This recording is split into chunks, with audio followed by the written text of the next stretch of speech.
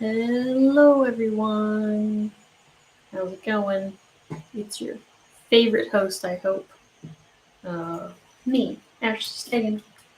Welcome to Archetype, sponsored by Dell, and also we are here with Gnomon, obviously, like usual. And so, yeah, happy Wednesday. And we're going to get into our, continuing our bard character. We've kind of turned into a rock and roll character, as well as we've been sculpting and work on it. So if you're there, say hi. It's always nice to see people in the chat. And so let's do a quick recap. Foxbray, I see you already there. Hello. So I grabbed some more reference. I'm going to try to make a gauntlet that's not quite this, but kind of similar. Like I like the little layovers of leather and stuff on that one. So I think it's pretty cool looking. Maybe you can roughen it up with some fur and like stitches on the side or something. But if you guys are new to this, as you know, every month or so, this one's going to run a little longer, just because I'm having fun with it, but also we haven't really, modeled out a lute yet or anything. So we're going to try to do that today. But yeah, I start off with like an archetype. In this case, we're doing D&D characters, so it's the bard this time. So we're doing an orc bard, and we went through and we did like a little drawing and some sketches, and I gathered some reference. The sculpt has obviously gone way farther than my initial drawing, which is really great. And I think that's always the fun part, to show your 2D skills. It doesn't even have to be anything grand or great, to just get an idea down, and then you can kind of start letting your 3D take over after you figure it out. So yeah, fun stuff. So that being said, I'm going to go ahead and throw that reference back up onto the board. And hello, Okaisedo, and Chad, the man with an X. He says, I want to ask something. You can 100% ask away. We are here for questions, and I will try to answer any of them as best as I can. Hello, Zath. Hello. I said already hi to Okaisedo. So I'm going to say it's Chad. Maybe it's Chad. Maybe it's pronounced Chi. How do you handle large size files of characters for rigs updates? So a lot of times when you're rigging a character, you're not going to bring in and rig, a 2 million polygon character. You're going to bring them in at, for example, this body. You're going to bring it in at something like this resolution, so something very low. So this is only 15,000 points. You could bring something maybe that's closer to 60 if you needed like a lot of crazy blend shapes or something like that. But then what you do is you'll bake out a displacement map to get all your nice tertiary wrinkles, and that'll happen in the render after. So when it comes to large size files, it will get heavy, but you don't want it to, you're not bringing in like millions and millions of polygons for rigging. Now that being said, I might try, when we get to posing this character, I might do something different where we try a Z-sphere rig, which could be kind of fun. So, and I'll show you guys how we set that stuff up. But ZBrush does the same thing. It actually creates basically like a little proxy rig. And then from there, we can rig it using the low proxy version. And then that will kind of like go over and transfer over to our high res. So if you want to stay and be interested in stuff like that, then definitely keep on watching. So I do have some reference, like I said, of some gauntlets that I kind of liked. So I'm going to try to see if I can find a pattern that I think could be kind of cool to put into here. So I'm just going to start detailing. That's really what most of today is going to be. I'm going to try to get through some detailing parts and hopefully also finish a lute by the end of the day.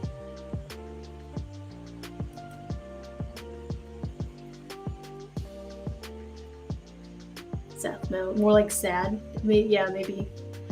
Sad says I know about proxy. Yeah, so it's basically, it's kind of the same thing. The idea of it is don't want to bring in your craziest, highest res geometry because then also you weight paint all those vertices you're going to have to paint within. That's just going to be a lot more work than you want. So that's what I recommend. All right, I'm going to duplicate this because again, I would just like to duplicate and start from something I already have in my scene. I've got a plane here. I'm just going to make it a single, well, I want it to bend a certain way, then I might actually give it a bit more resolution. So I'll start something like this. And then I'm going to duplicate it, rotate it. And it doesn't have to be perfect, so in fact, if it's not, it might even work a little bit more to my favor.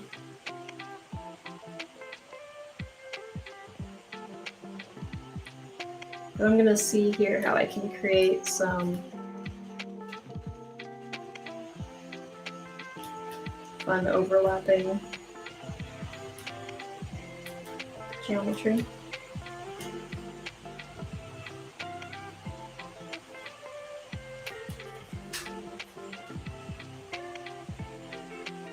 I want it to be like the four corners of a box almost, where each one is overlapping the other. It's the most satisfying way to fold a box, if anybody's done that.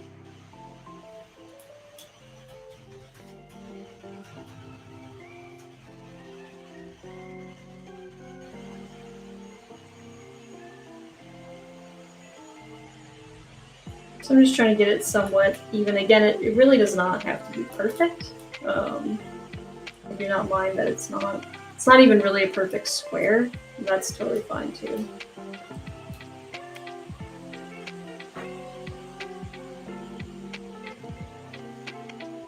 Oh, Zad is asking how to save and share files for animation. So for sharing files and stuff, actually, I mean, if you're talking about ZBrush, if you actually have subdivision levels on all your stuff, if you set everything to the lowest subdivision level and you save it out as a tool, it'll actually save with as an easier data file than if you were to save it with everything visible that's like super high res, which is pretty interesting. So that's one way you can save on sending and sharing files and stuff. But ultimately, I mean, when it comes to sharing stuff for production, you know, you're working with big, giant SVN servers that allow you to be able to share back and forth. You know, you have things like Pt.4s and whatnot to help kind of mitigate all that stuff.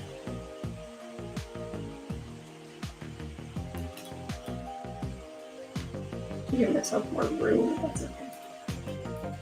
I can do it now. Yeah, sharing on something like, you know, I don't know, Dropbox or something, that's going to be such a huge pain, right? Because over time, you're just going to run into error after error of having to try to send large files to people and you can't seem to send them. It's going to be a big pain in the butt. But for production stuff, you know, we invest into getting here, purple. This one. Into getting nice large servers so that way we can share all our stuff properly. Just making sure that all these overlap in the right ways. And if I run into anything that's, you know, I'm just trying to create overlap, and then this one could overlap into that one. This one could overlap into this one. So now I'm just selecting and pushing and pulling up and down. Actually, I think I think this one, I'm going to keep it like that.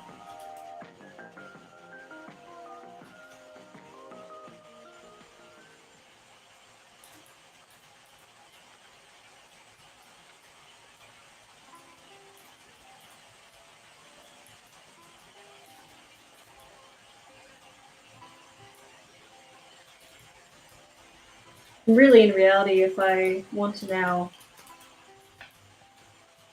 make an even smaller set, I can grab all of these. Sad is asking, sometimes I ask character artists for small updates again and again, but he takes too much time to save and share a single file. I mean, I'm assuming, are you, because you're asking for rigging changes? Because that's gonna be normal. I mean, it's a pain in the butt, but that is kind of a normal process. Depends on how you're sharing in those files, as to whether or not that process is going to be easy or not.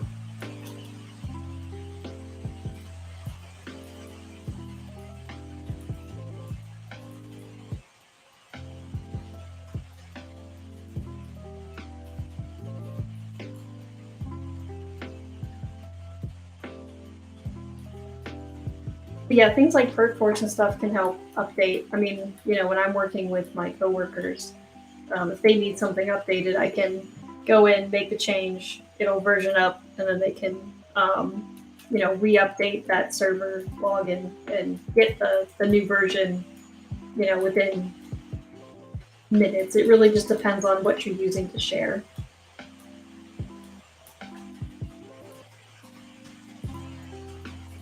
Sounds more like an internet thing than a make smaller files, because sometimes you just can't make smaller files, right?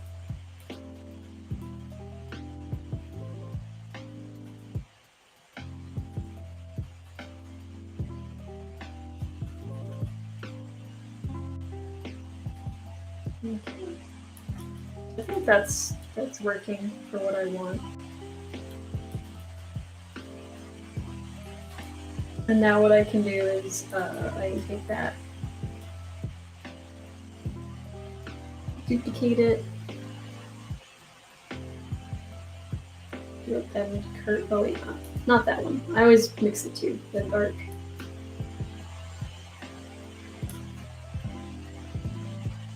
We can arc it, and then we can pick the radius of it as well, so we can make it smaller.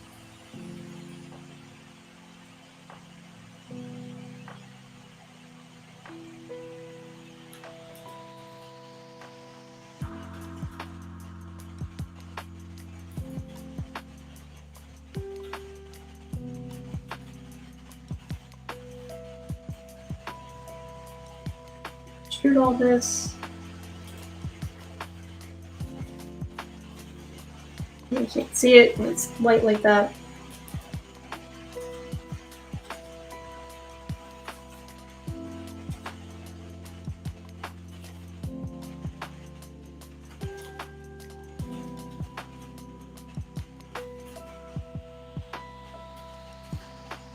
Go in here and adjust some stuff.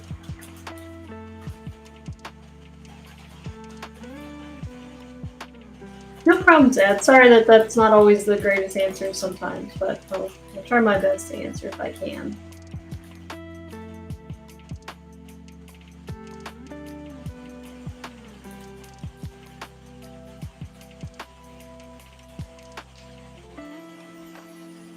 A very technical question you came in with, but I appreciate it.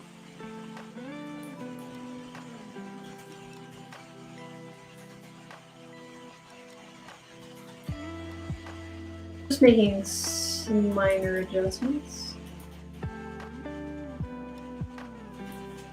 Because once you extrude it, you'll get, slight changes in the geometry. So just trying to make sure that all those things are overlapping properly.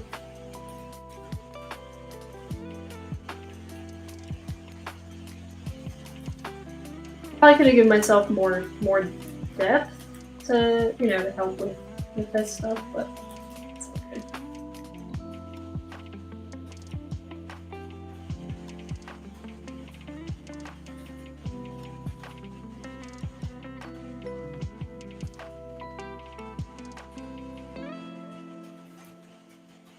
We're getting there. See.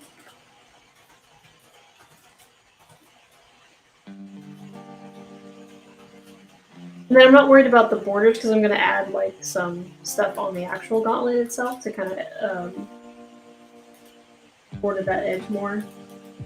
So I just need the basic shape.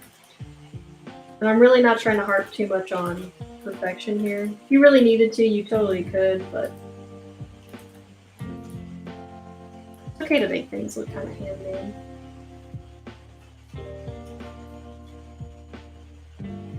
Because they probably were.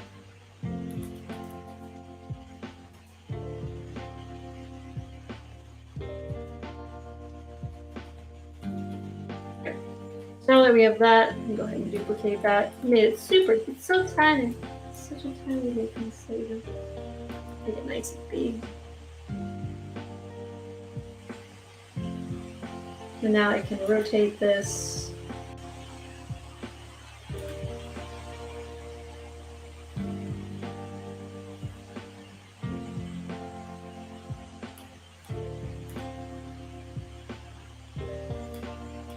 Just trying to get the right pattern.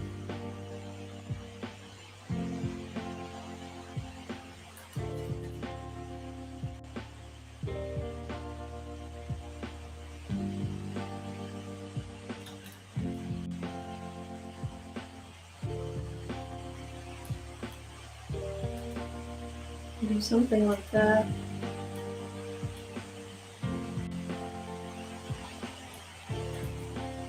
Now I can tuck the, I'm also gonna, it's easier to smooth this, what happened here? Go. Smooth that out so I can see what I'm doing easier. Now I'm just gonna fit it in there.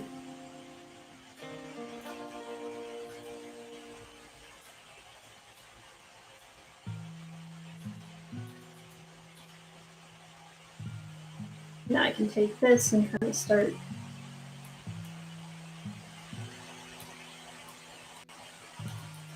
adjusting.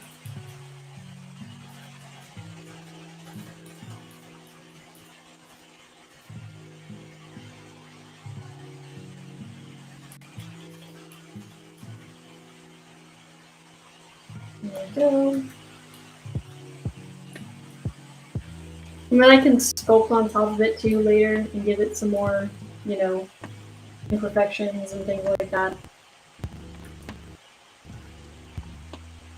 But I'm trying to treat this like as if this is kind of like the top half of his gauntlet, and then we can add like little ropes and things that go around it to add even more detail.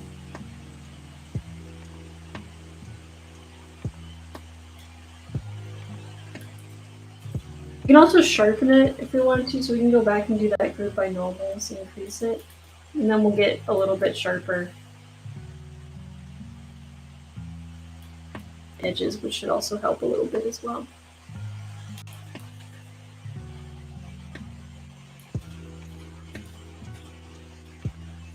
Oops.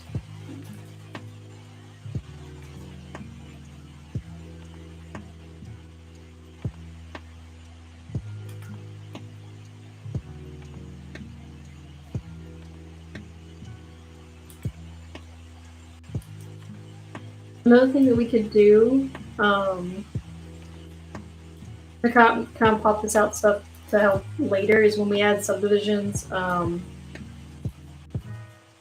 also be able to kind of pop the middle of this stuff out too, so that'll obviously help as well.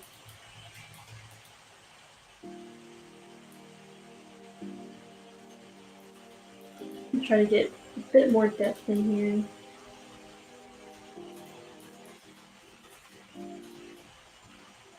Most time when, I feel like there's a lot of people that maybe get stuck on detailing, so I'm going to try to spend some time like detailing out, you know, this gauntlet, because I think one thing that's good to do, I think I did it before, is if you're kind of lost on how to detail your character, just pick one and treat it, one piece of your character, and treat it like a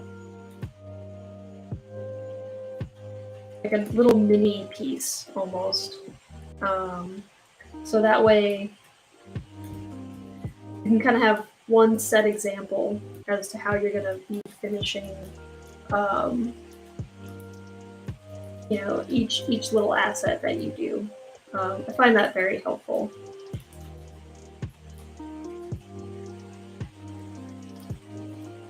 So, you know, with something like this is just a nice way to kind of focus on just one thing at a time, right? Don't get too caught up in, you know, trying to complete everything about your character.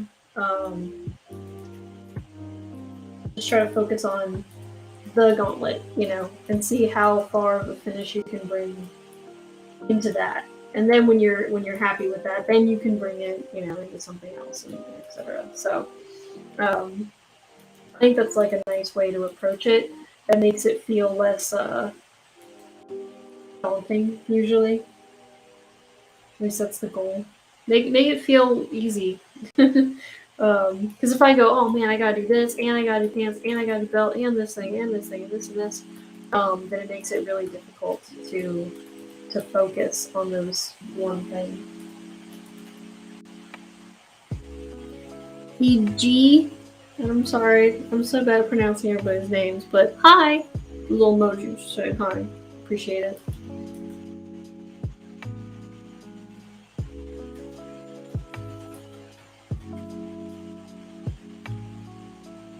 This one more.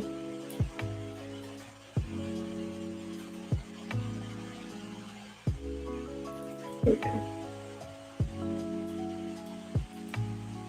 And then maybe to add to this, we could do some like maybe little studs or something like that are on his little jacket.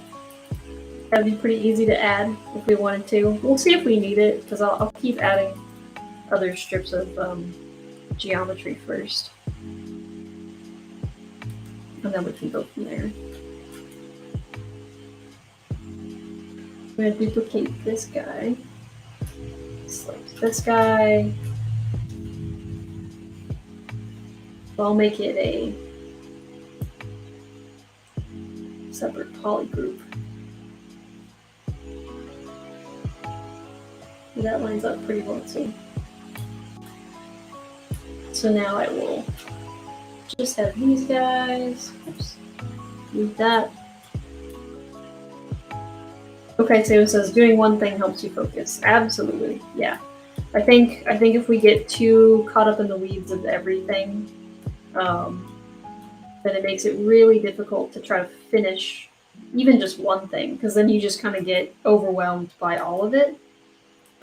It happens to everyone. I mean, it happens to me whenever I start, you know, like a new project for work or for myself, you know, or even for these streams, right? Where I'm like, oh man, I gotta get this done, I gotta do this, and like all under 2 hours, or, you know, but you'll find like if you just relax and try to take it one piece at a time, you'll get there way faster than you think. That's what always tends to happen to me, where I'm like, man, this is gonna take forever, and then I, you know, start working on it. I go, oh, that actually wasn't that bad. Like, I could do that again, you know. So I think that's the important part is staying motivated through it all.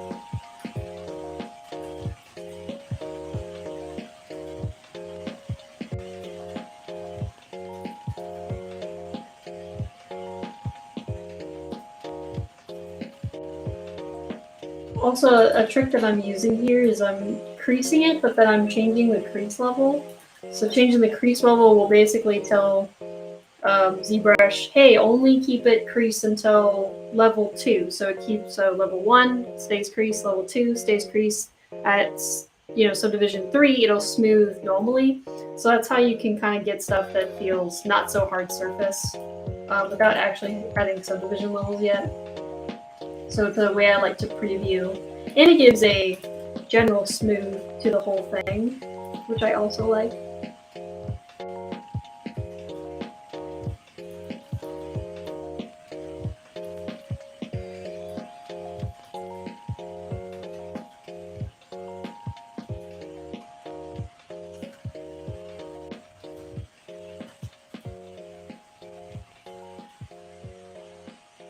It's a little late for me to do this, but I kind of...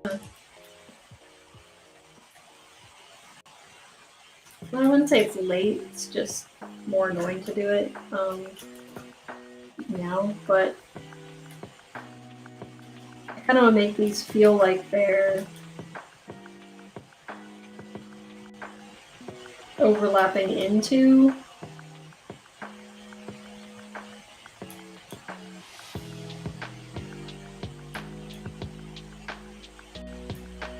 So it feels like it's binding two things together, because right now I feel like it just looks like it's wrapping but doesn't look like it's connected. And when we add little sculpting details, we can puncture a hole or make it feel like it's really taut. We can also get rid of some if it feels like it's too many. It might feel like it's too many. It's hard to tell right now. I want to feel like they're all being like bound, right? So I'm just gonna pull. I'm just pulling these little X's down.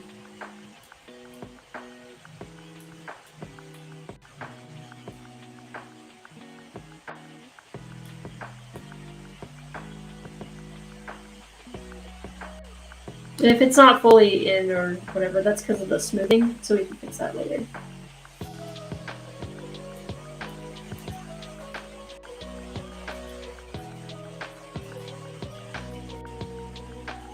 Also add you know, some stitching and stuff after the fact or something like that. That might help a little bit.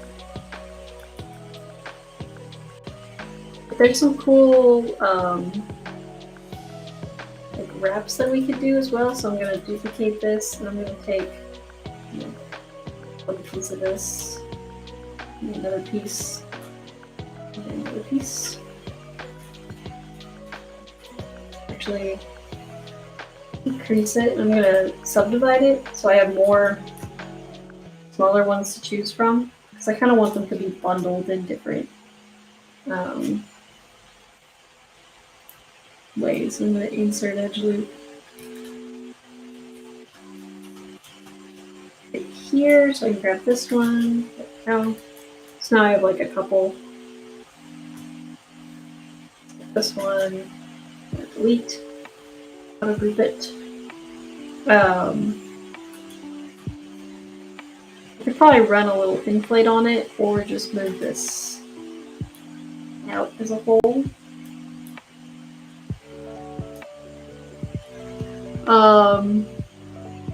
EG is asking, what do I use for retopology? I actually use ZBrush. I know it sounds crazy, but I do.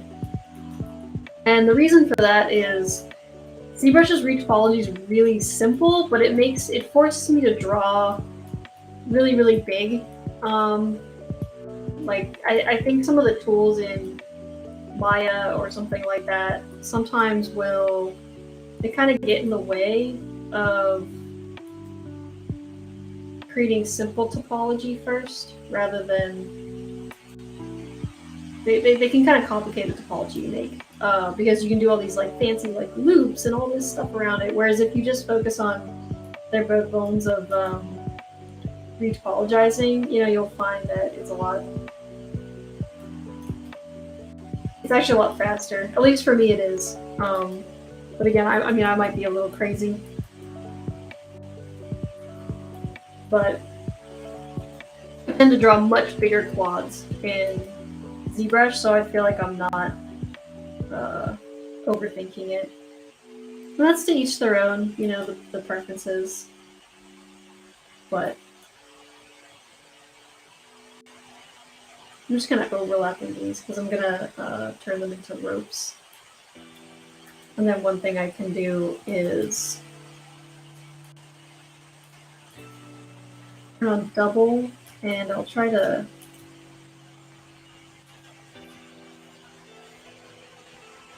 stitch them so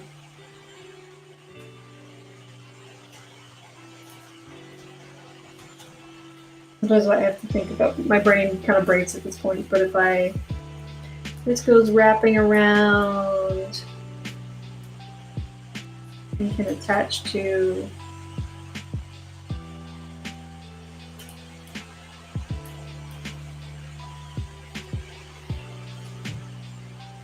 here.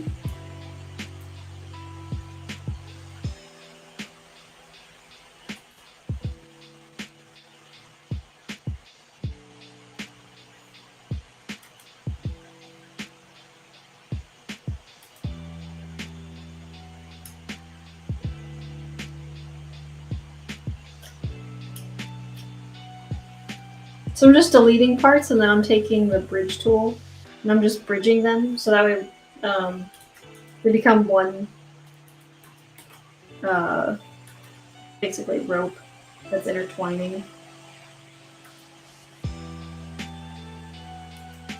And then it's knotted in the back, right? So now we have rope. And I can do the same to the bottom, where I have a start point, wrap around and have a end point somewhere. And I can bridge that together.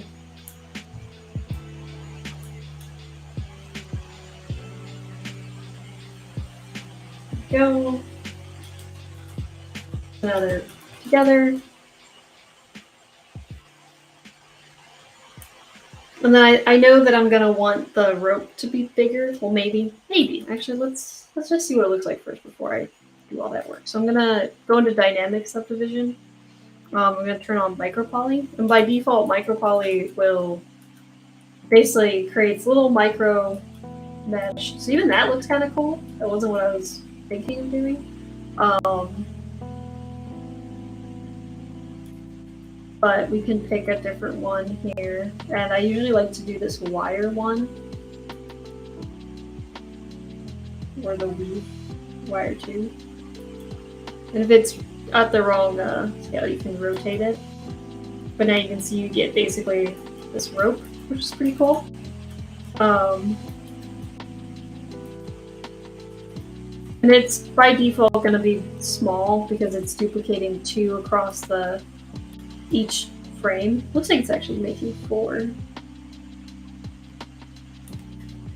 Oh, that's because I have subdiv of 2. Sorry, put it back to 1. There we go. So now it's doing just 1 for each. You know, that detail isn't bad. Like, I think that's an okay scale. But if you want it to be a little bigger, then that's when you can say extrude. We're going to extrude the loop around. Try to do it at the right angle here. There we go. And then you can delete that edge loop and you'll see that it gets bigger because it's dealing with a bigger face. So yeah.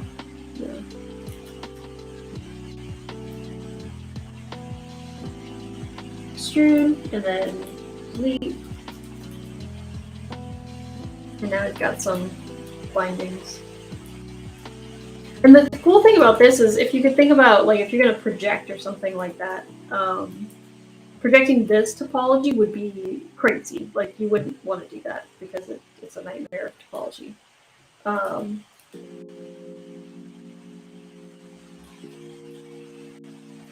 Also, I'm seeing tiny little extra spot there, so maybe I'll pick. What's wire 1 do? Wire 1, it goes away. So I'll just pick this one because it goes away. Yeah, so if you were to, you know, try to project this so that way it sits snugly, it would be impossible because it's so much topology. But with this, I can actually go to project and I can say project all, and my ZBrush crashes on me. That's what happens when I do that. Cool. Oh, ZBrush, you're so annoying.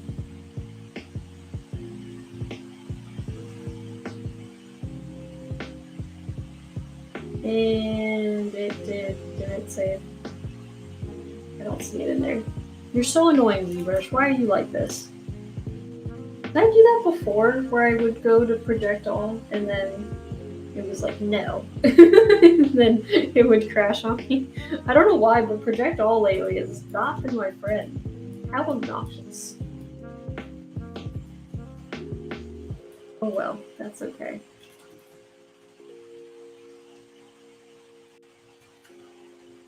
You guys saw how I would do it, so in that case, I'm just gonna do the easier version, quote unquote, because this stupid thing doesn't like me.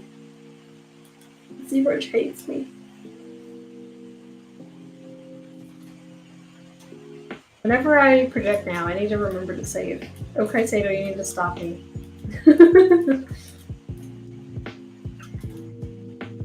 So I'm going to take this piece, delete hidden, and then I'm just going to use micropoly. The design that I was making, there isn't a micropoly for it, but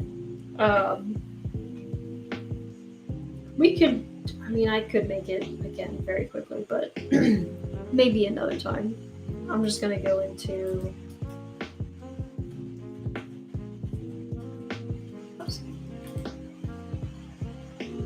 dynamic, turn on micropoly.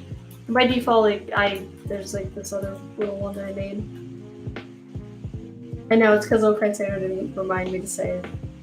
And all my work gets lost. But there's tons of fun options that we could do. But for now, I'll do this woven one. I really like this one. This one's pretty cool, right? And it's kind of close to what we were trying to do before.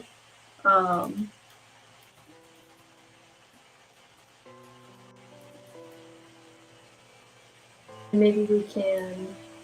Oops.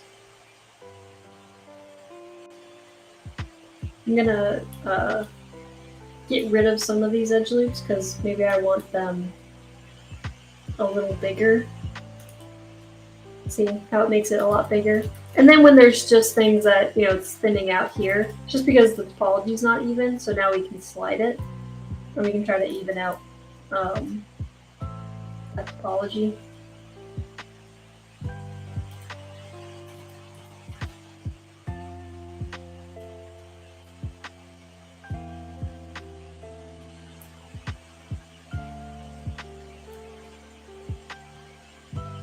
So I'm just sliding this stuff down to try to get, the goal with micropoly is getting even squares.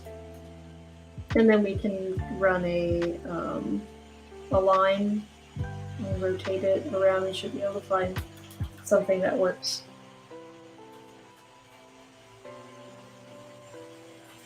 And then I can just move it out. And it's really easy to move this stuff out because again, I'm not dealing with all that topology. I'm just dealing with, you know, this. I'm dealing with the smallest amount of topology possible to get something so detailed, which is pretty cool. And that's kind of an awesome use case for utilizing micropoly. Again, I'm going to do the same thing. I'm going to duplicate. I'm going to hide this edge and this edge. Hidden.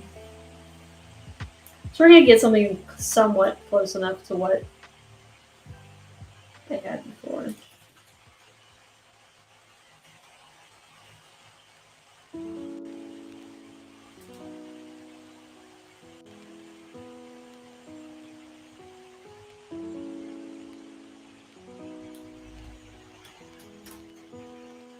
I need like a little graveyard emoji in the chat whenever my stuff crashes. Little rip.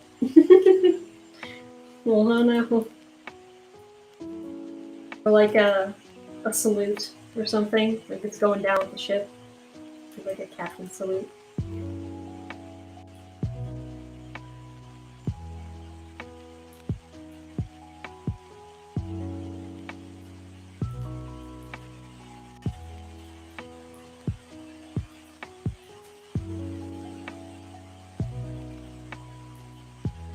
Cool enough, right guys? You saw what I was doing before. It'll be fine. I was trying to be cool and make something that wasn't just micropoly. I didn't want to feel like I was cheating you guys out on watching some fun stuff, but then ZBrush was like, no, use my stuff. That's what it's there for. I was like, you're right. You're not wrong, ZBrush. ZBrush is not wrong. So I'm gonna do it again, but this time I'm just gonna cheat. So I'm gonna bevel the edge there, And then a double an edge. Whoops. Double a little edge there, little edge there, and a little double there. So that way I can grab this guy, this guy, this guy, this guy, this guy. Now I have very few, I have like a very small section in between, and then when I do micro poly,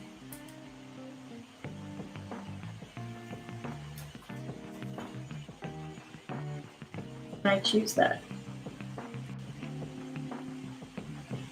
Wire 1. Wire 2, for some reason, does have that tiny, you see that tiny little piece of geometry that's like floating for some reason? You can see it in there, even in the image. I don't know why it's there. Just don't use that one. You don't want that extra geo. Prashan, hello, welcome. If you're just joining, you missed, you didn't miss a whole lot because ZBrush crashed. So we're basically starting over again. It's great. So, good timing.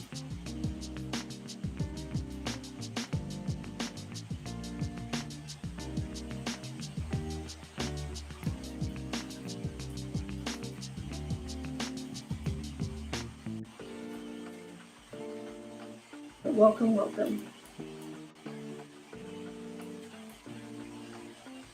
I don't know if you're new.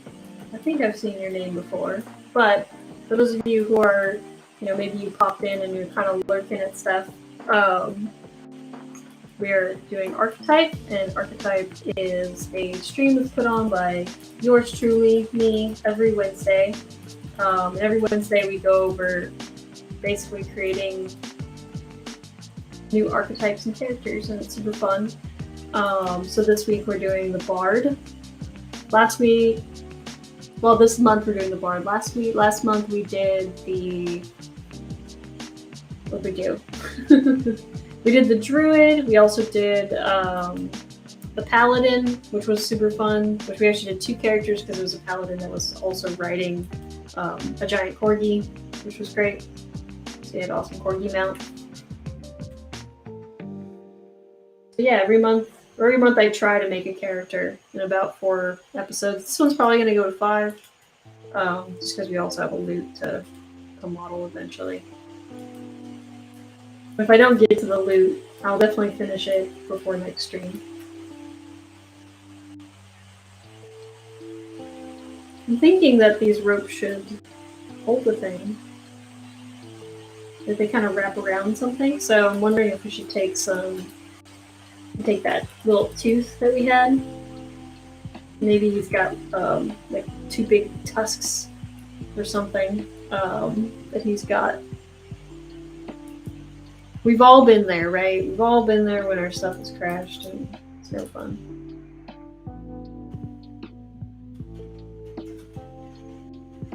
That's okay. I have you guys to keep me motivated to keep going.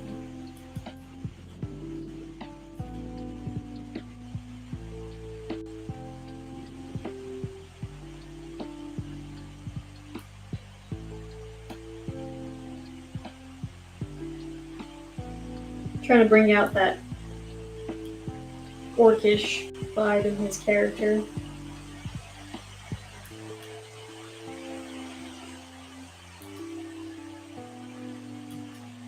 I might need a little more topology for this too.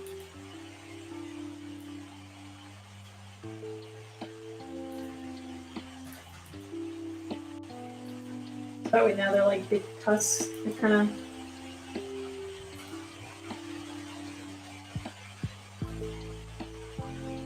hanging out. I say tusks because my plan is to duplicate it, just like that.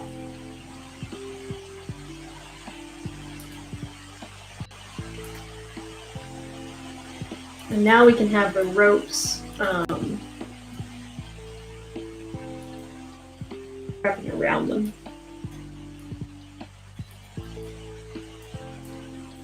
And if there's stuff that's starting to get stretchy, it's because of our topology stretching. So we can stretch this stuff out, but then we can go in and insert more edge loops where it's starting to stretch. So if I insert edge loops here and here, here and here. You can see that it kind of evens it out again.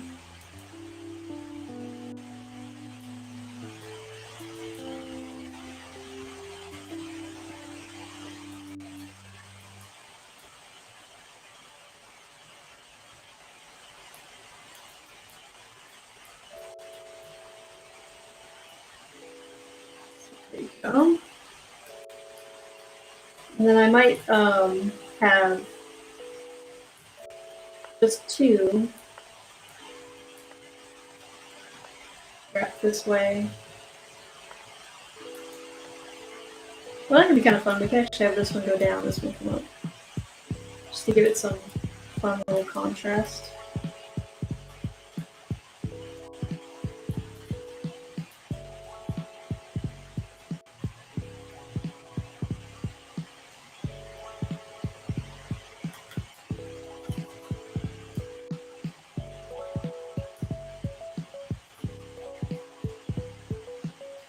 So it just feels a little more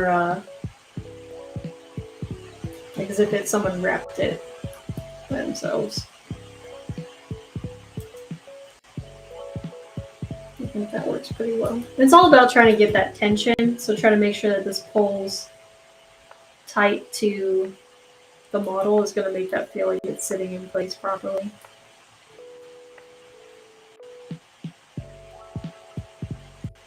And then we can add some little ribbons or something. Not ribbons, but something in the back to basically tie down the ropes as well. Again, just constantly like adding detail on top of things is kind of the secret to making something feel more and more detail, right? Is just start adding little things on top. You know, it seems like a lot at first to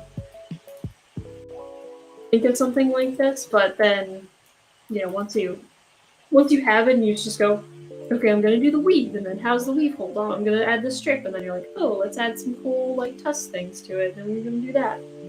Oh, then slowly you can go, oh, now the ropes go around. Oh, how do the ropes get held on together? Are we gonna make a knot, or are we gonna make them tie on something, you know? So you just kind of start slowly asking yourself questions as to, you know, how does it come together? And I feel like that always helps.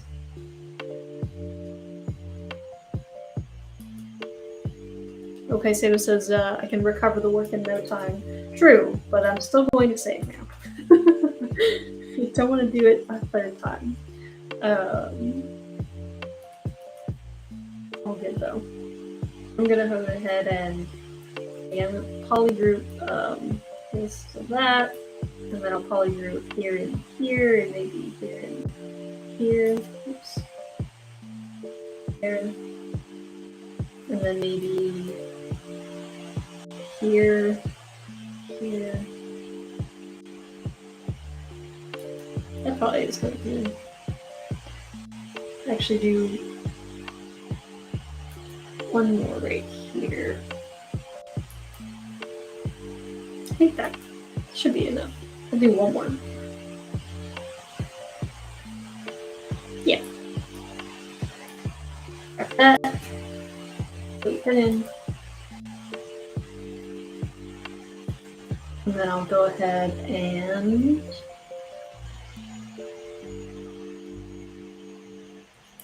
I wonder if this will work. If we bevel. No, if we insert multiple edge loops and do interactive resolution, interactive elevation. Let's see if this works. I gotta go the other way. Aha, it does work. Awesome. So we are going to bevel these.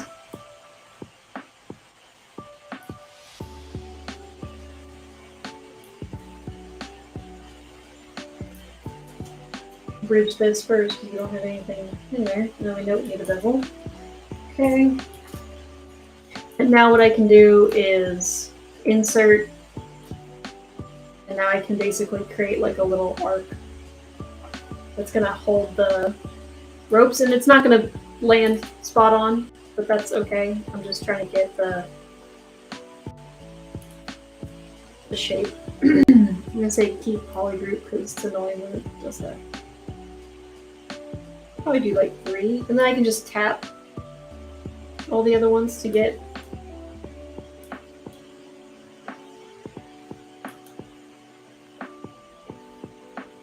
Ta-da! And now I can go in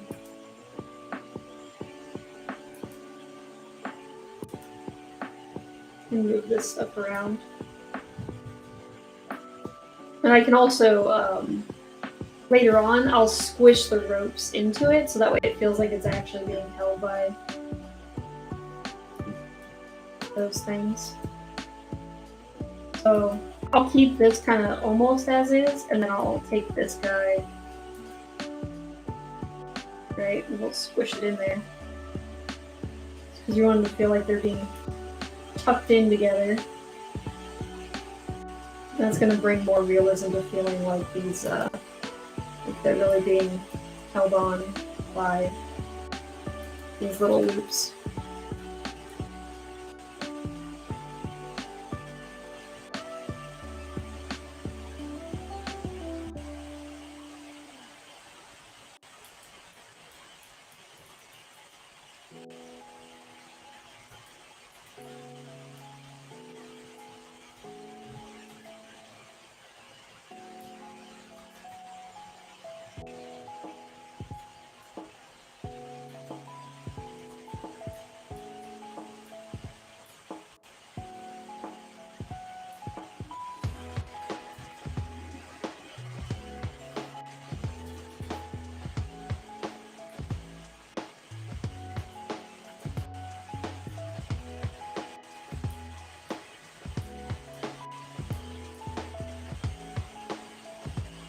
I don't really know if this makes much sense, but it's fine.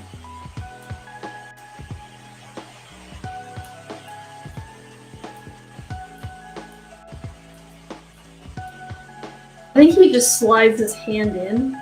So I don't want to create like an entry point, so I think he just slides his hand in, but maybe we could do something where he has like a little loop or something around his hand that helps it, you know, stay snug and not fall off.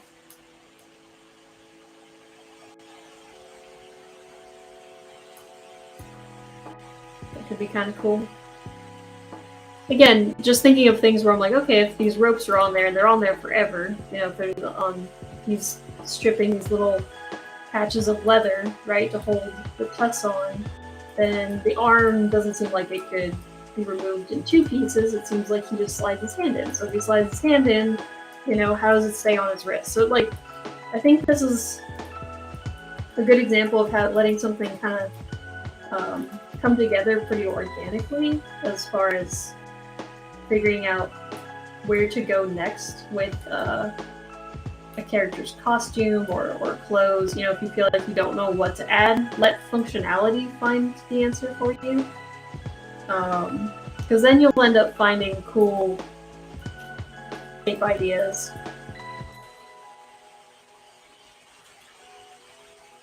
And part of me is also like, you know, maybe it's too many.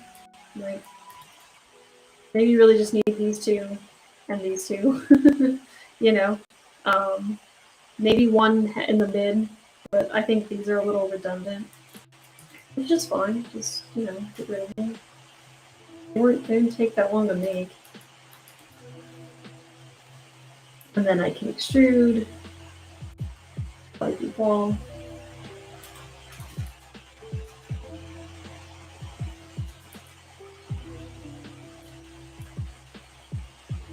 And then we can add like little studs or something, right, to ends them, like as if you know, smashed them in there.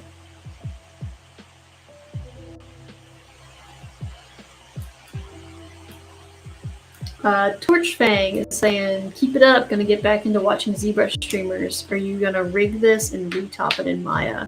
So no, I stay in ZBrush, just because it's one of those things that's a little easier. To just stay in ZBrush. So I will do a Z-sphere rig and pose it. But as you can see, on my whole character, I have decent topology on everything. Like the jacket is something that's super, super low res, right? So that way when I do pose it in here, it's all really easy. So this is all just smooth subdivision levels, and I just try to keep Topology really clean. So that way if I did want to take this and make it a game res mesh, it'd actually be pretty easy to do that, because I already have like decent topology on most parts. But for the sake of the stream, I just do ZBrush sculpting because it seems like it's the most fun for everyone to watch. I might cover, we talked about covering some 3D printing stuff, so I might do a brief overview of how I, use supports and stuff like that, but I'm not sure yet. If enough people are like, yes, I want to see it, then I will obviously try to show it.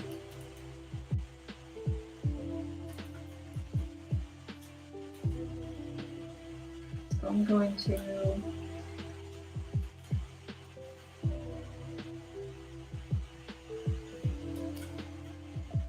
create a little insert mesh here.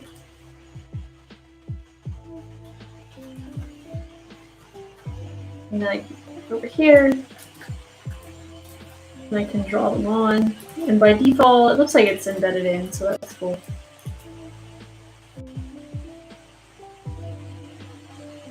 Again, if you want them to be the same size, you can hold Control. So I can hit Control every time, and every time now these studs will be the same size.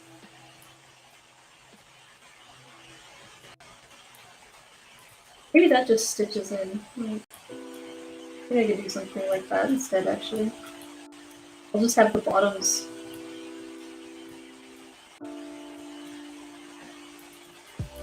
stitch in. If that makes sense what I'm saying. Oh, don't do anything. Oops. Group. I want to get rid of this one and this one.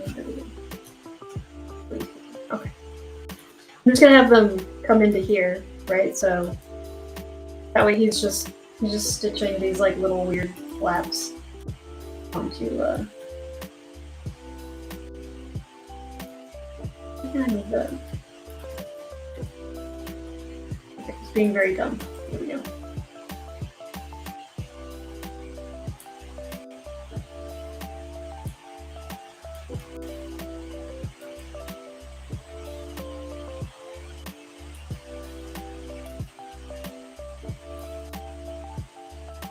Prashant's asking what type of printer. I have an Anycubic Photon Mono X2.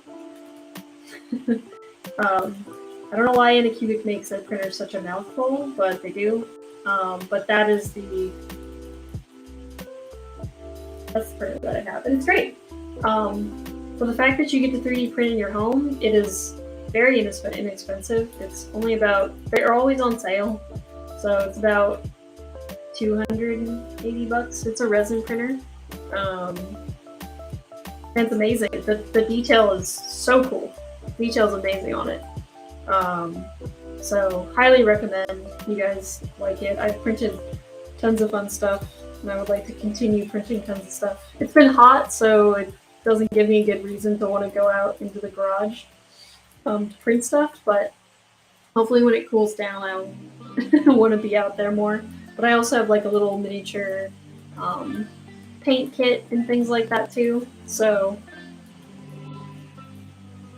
yeah, it's awesome. It's a lot of fun. So if you guys have questions about 3D printing, I've answered plenty before on the channel or chat.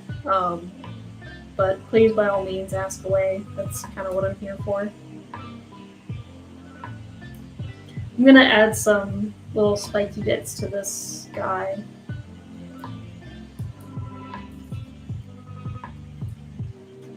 I'm moving on from the, if you couldn't tell, I'm moving on from the gauntlet. I think we've got kind of, the one thing I do need to add is,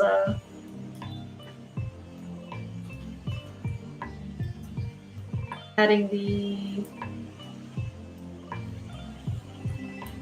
little maybe like wrist wrap or something that holds the gauntlet onto him, and then maybe something up top. But I think I might add also maybe like some fur or something to it.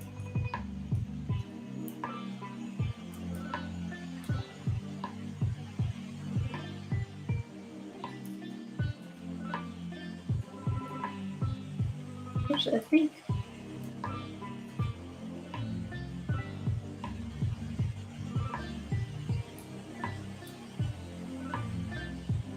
Is that what I want to do? No, that is not what I want to do.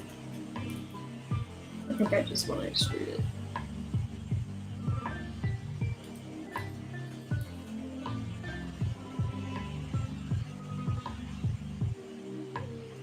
Interested is saying, well, hello to you. Do you know good ways to learn retopology for film and games?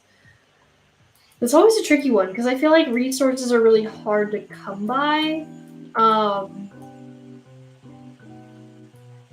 But there are plenty of examples, you know. I think the best thing to do is if you can find a character artist that you like. You know, if you like League of Legends retopology is very different from, you know, how something for film would be retopologized, right? So I think the biggest thing is finding the right resource for you. But the biggest thing when it comes to retopology is, I mean, it's going to be a little different for games. So games is all about, one, it needs to be animatable, right? So you need to have good loops and good topology, so that way your character can move with ease, right? And deform properly. And it's one of those things too where if you just take a really bad mesh and then you rig it and you try to deform it, you'll see where your errors lie. You know, if you don't give enough room in the armpits or something like that, you'll realize very quickly that you know, kind of modeled something wrong or you know, retopped something incorrectly.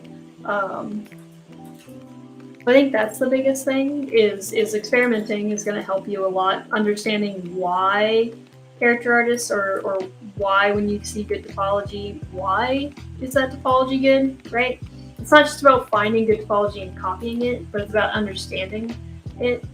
And so I think a lot of that comes with having to do it yourself. You know, you can easily throw in a human mesh into Mixamo and get a pretty decent rig.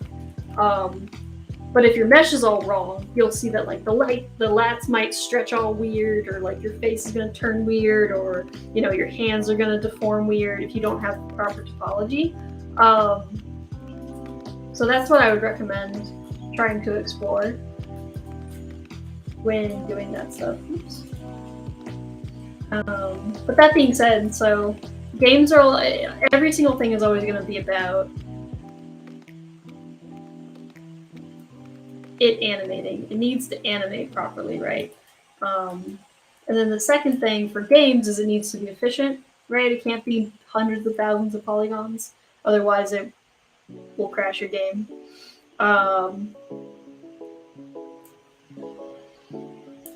Whereas film, that's not as much of an issue, right? Film, we're trying to reach more of a realm of realism. We are not bogged down by max polygons. So you're going to be getting into blend shapes, and you're going to be getting into displacement maps and wrinkle maps. I mean, if you look at like the way the new Avatar was made, they even figured out that when your pores stretch, different melanin also gets released and stretches, so coloration in the face changes as like you furrow your brow.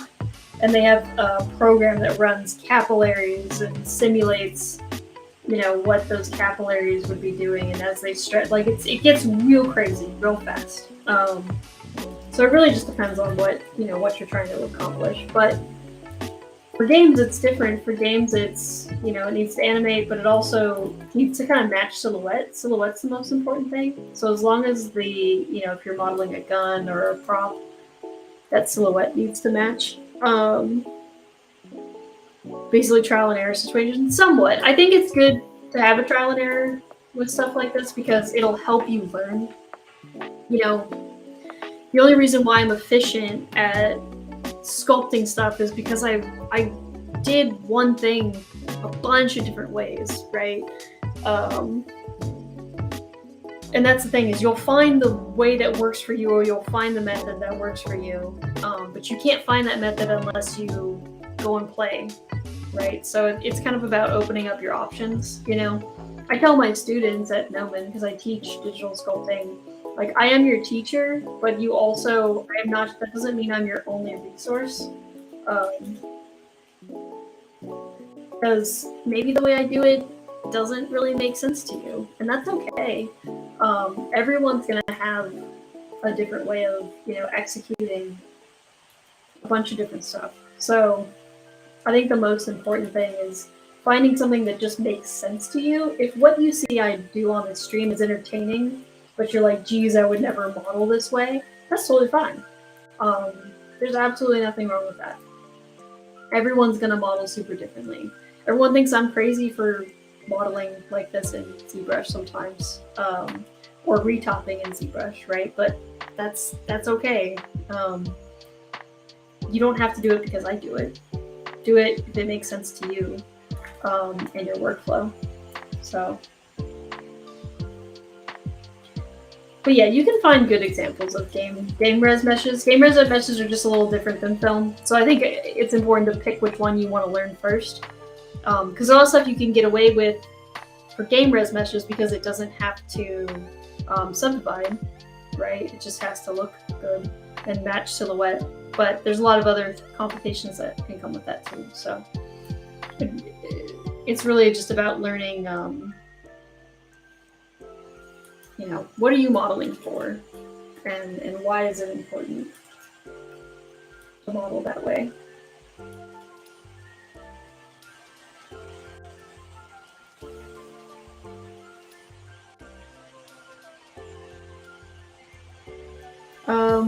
Thank you for responding. When it comes to film, what is the range for poly count, like on average, and what engine is typically used for creating?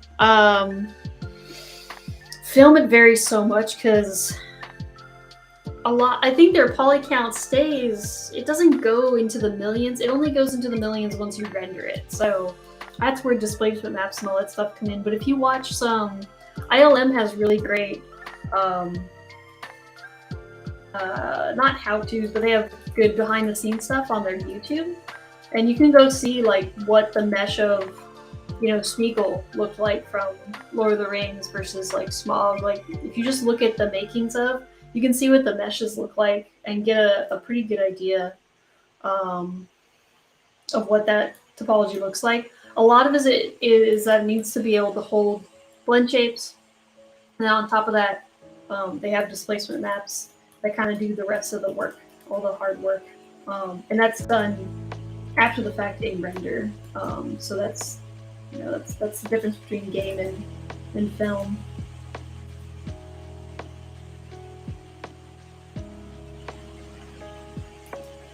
But game's starting to get, I mean, game stuff is getting pretty good now, where there's kind of like sheets for live ray tracing and things like that, which is pretty cool. So there's tons of stuff that you can kind of get away with now.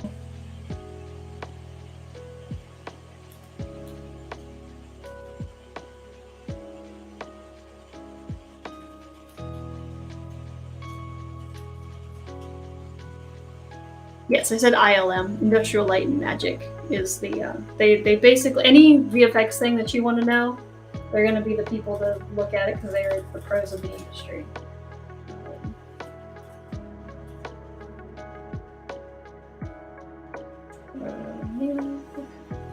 So I'm just going to make some details around this armband here. I want to add like lots of, basically little, I'm trying to repeat the, you know, threading that's going around. Lots of stuff like wrapping and stitching. So I'm trying to be very heavy in stitching and stuff to keep that repetitive flow going.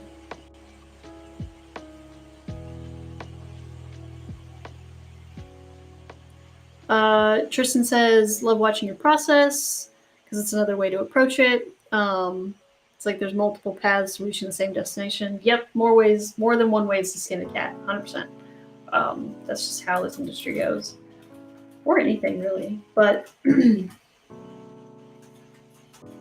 when I say complication, may you elaborate further? I'm assuming you're talking about when I'm talking about games and how they don't need to be subdividable, but for example, for a lot of games, if you have like a shoulder, like for this gauntlet, for example, or for this.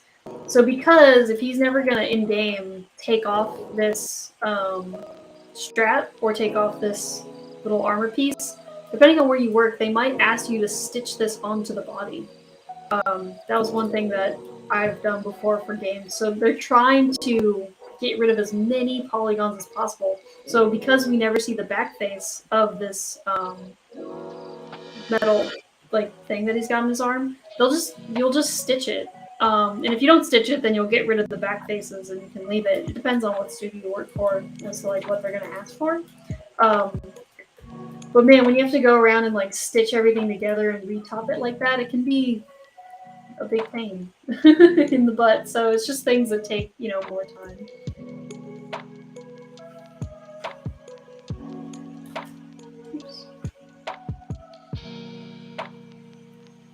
Prashant is saying, for your Gnomon course, do you teach sculpting from concepts or concept sculpting? I teach sculpting from concepts because I teach intro to ZBrush, so I'm teaching ZBrush. I wish I could teach also like maybe one day I'll teach a character design course or a creature design course or something like that.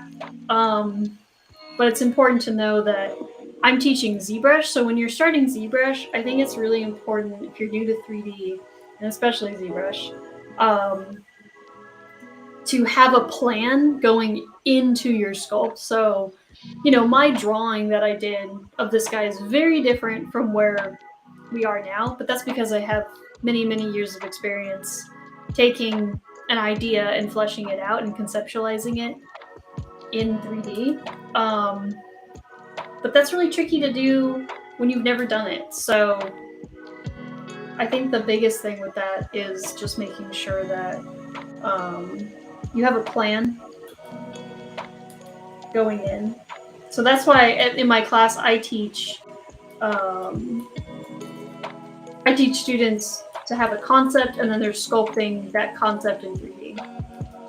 Because it helps eliminate a lot of issues that you initially get.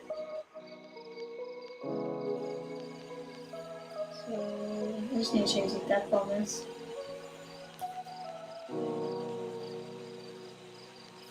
No, I'm getting there. Bigger, and then I can lower the intensity to flatten it.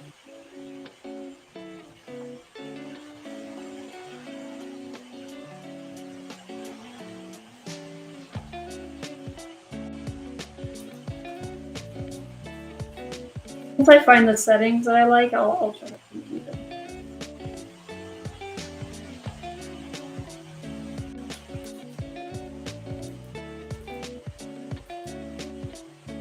That works pretty well.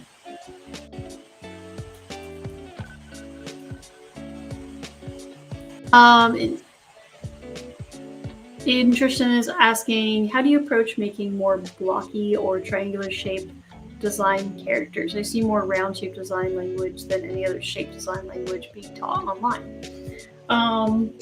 It's a good question. So I think, if you look at this character, like I would argue, I mean, he's somewhat round, but really the biggest thing is if you want to make this character pointier, is it's just about adding edges. It's really about taking, what you have and sharpening those angles and kind of beveling almost like every edge that you see and making sure that it's very planar, right? So I'm making sure that every plane that is a plane change in my character is getting kind of like a sharp crease. And then you can go in with your, polish brush or something. You can polish these sides down.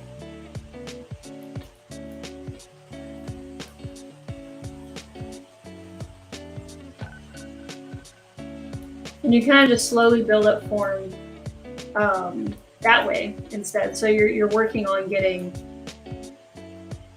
these types of plane changes to get really blocky characters, and then you can, you know, lower that silhouette a bit more and stick it out.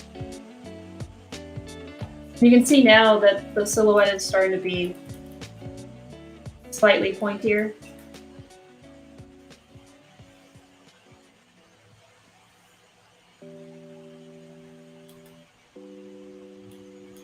But the other thing too is, you know, if you have a character that's, you know, like Carl Fredrickson from Up, and his hands are just like cubes. So, you know, when you put cubes in to model that character, don't sculpt out the cubes. Like, just keep that cube form, right? So that's another thing that you can kind of do as well. I'm gonna go back because that's not the design language for this guy, but I'm keeping it more rounded. But that's something that you can do. It's really just a matter of sharpening up all these angles to get something feeling blockier versus rounder, you know?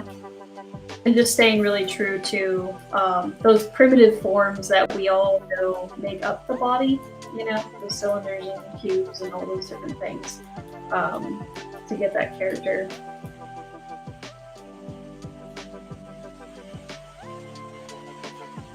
So when I say keep the cube form, a lot of people will basically, like, if this starts from a cube, right, the more and more I sculpt on this and the more it rounds out, it's going to be turn more into like an organic finger, which in this case I wanted.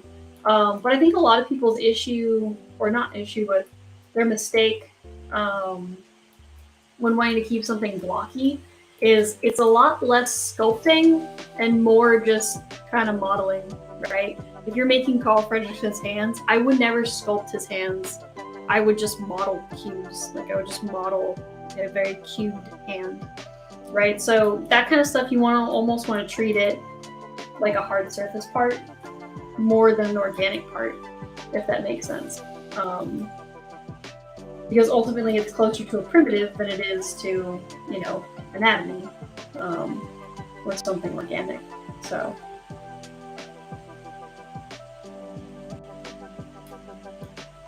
Oh, I get it. Yeah, you do. You get it. You're picking up what I'm putting down. Hopefully.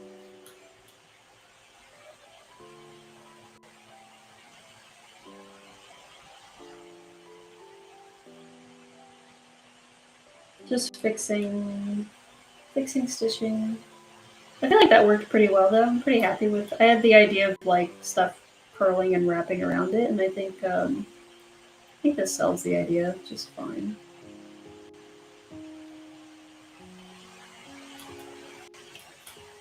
See, I'm just trying to keep that language going of stuff wrapping and warping around.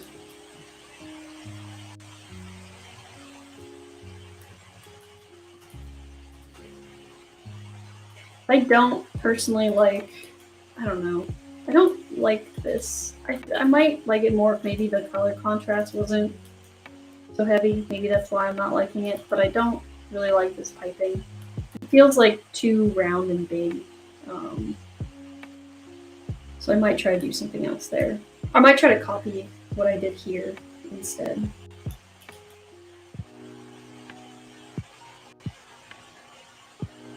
Oh, you watched the one when I created the dwarf, the paladin with the corgi?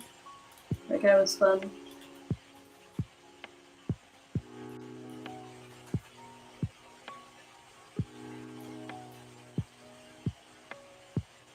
Duplicate this guy. Subdivide, delete. So I'm just inserting an edge loop where I want to follow I want the crease to follow, so that way I can then make those little cylinders wrap around it, and then I'm going to model something over it.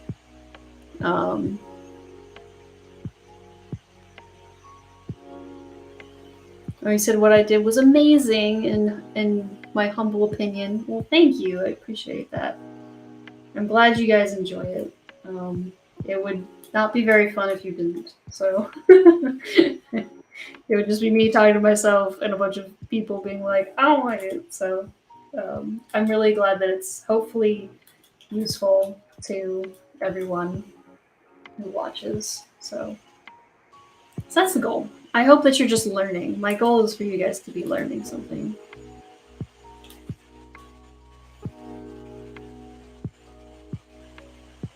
I don't need that anymore. Cool. So now I have that, and then I'm going to take, again,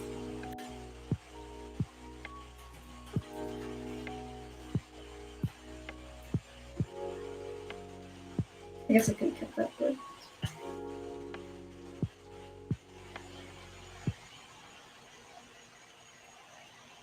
Does Gnomon teach how to make stylized characters using all three shape design language, cube, cone, sphere? I think it's not so much about going through. You can. I would definitely. It's a good exercise is to say I'm gonna make a character that's round, make a character that's cone or triangular in shape, and I'm gonna make a square character.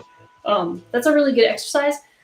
I don't think we really teach that in the sense of you're going to learn each one, because fundamentally they're the same when we talk about designing characters.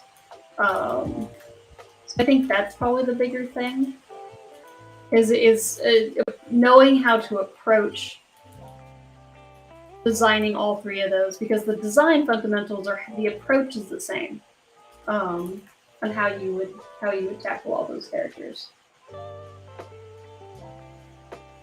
If that makes sense. It's kind of like, when you draw an animal versus drawing a human, there's all those underlying forms that you're still relying on in order to draw those characters or the creatures properly, right? So it's that same idea. I drew that too much, actually. Just need a little bit.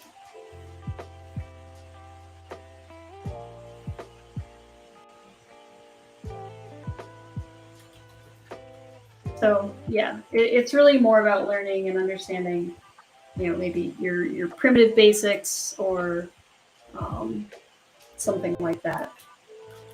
I don't know if that makes sense.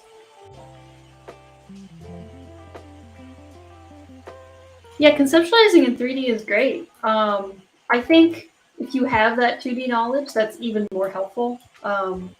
Everything that I do on this stream, I start with a 2D drawing. It's not because I couldn't jump in and start designing in 3D, but I feel like to get 3D to a certain level, it takes so much work to get that going. Whereas with a drawing, you can kind of bulk out a silhouette really fast in 2D first. So I wouldn't say don't lose the skill of of drawing. But 100% 3D is a super, super powerful tool to detail and create stuff.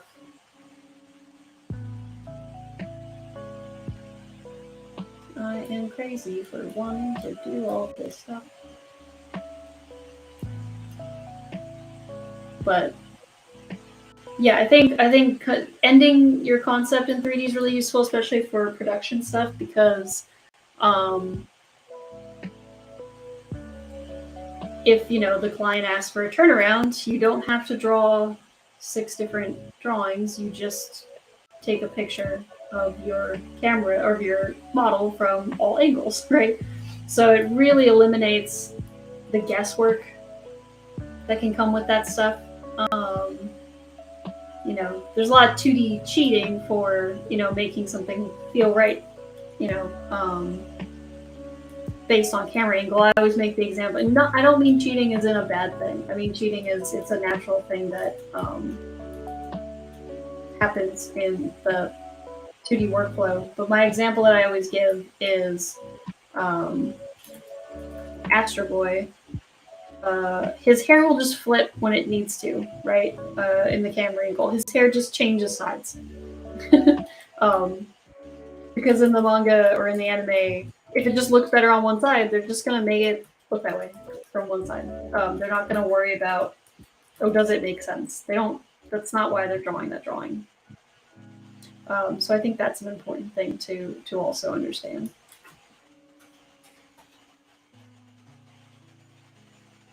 Okay, Sato, I saw it. We had the same thought. So I think it's time to save, and I felt it. I was like, you know what? I'm doing all this stuff. I was like, I'm feeling the save button right now. Appreciate you. Appreciate you. Yeah, so I think that's like the biggest thing. And all those, whether it's 2D or 3D, I always try to explain that 3D is not going to make you a better artist. It's just another tool. You know, it's like learning clay sculpting. It's like learning painting and, you know, acrylics versus watercolor. You know, it's just a more complicated pen. You know, this pen just has a lot of buttons on it. That's really what it is. And so it's important to not get too wrapped up in like the medium, but get wrapped up in the design and the thinking that comes behind, you know, who's your favorite character in a game and why? Is it because of their story? Is it because of the way they look? Is it both? You know, and if so, how does the way they look tell the story that you love, you know, or does it? I think it's really important to break down all those ideas. Oh my god, I'm almost done, you guys. Why did I do this to myself? I was like, I'll redo it. I don't like it. And then I'm like over here moving cylinders.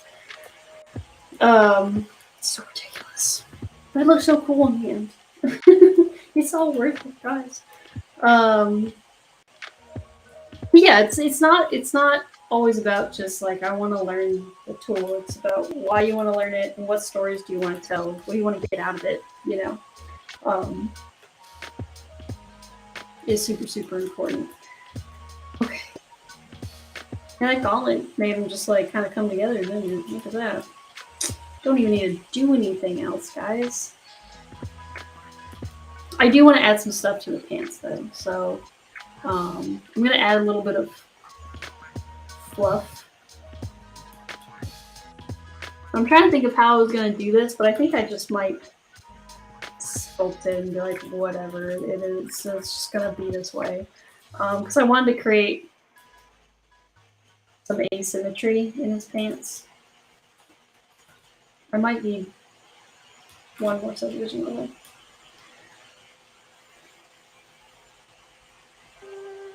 Liquify brush is the closest I have to the move tool, yeah. Liquid brush is super handy. It is a very powerful tool to like just push your gesture to the next level, you know. If you just, you know, need a new fresh pair of eyes on it, or, you know, whatever it is.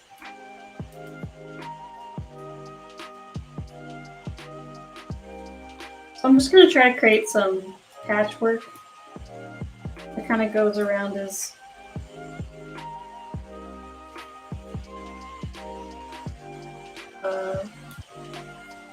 legs.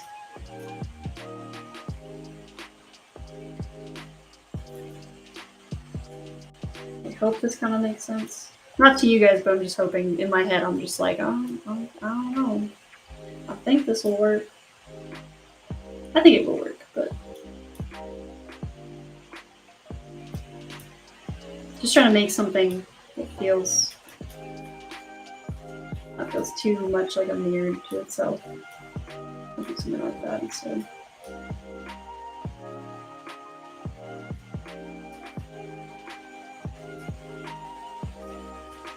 I want seam lines somewhat in areas that make sense to when he's like stitching these pieces together. But it's okay to have some like asymmetry within it.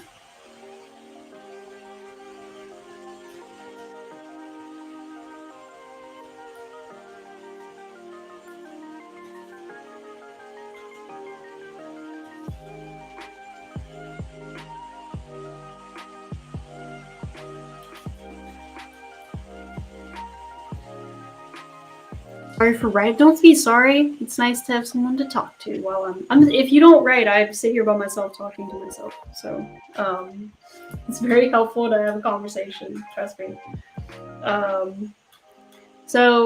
Interesting's asking what's my goal for creating the lines. So I'm making these lines because I'm going to extract them and make like little fluffy seam lines out of them. That's my goal. So, but I just want something that feels kind of organic. So that way when I go to extract this, it's always thicker than you want it to be. I do want it a little thick because I do need some geometry to work with. So, boom, make something like that. I'm going to smooth this stuff out.